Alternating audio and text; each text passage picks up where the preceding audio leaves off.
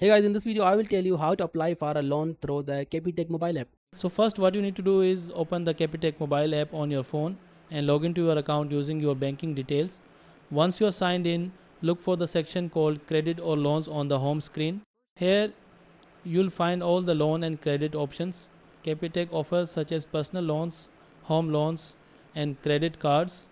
Simply tap on the option that suits your needs. For example, if you want a credit card, select that option and the app will guide you through the application process. After choosing, you will need to provide details like the loan amount, repayment term, your employment status, income, expenses, and contact information.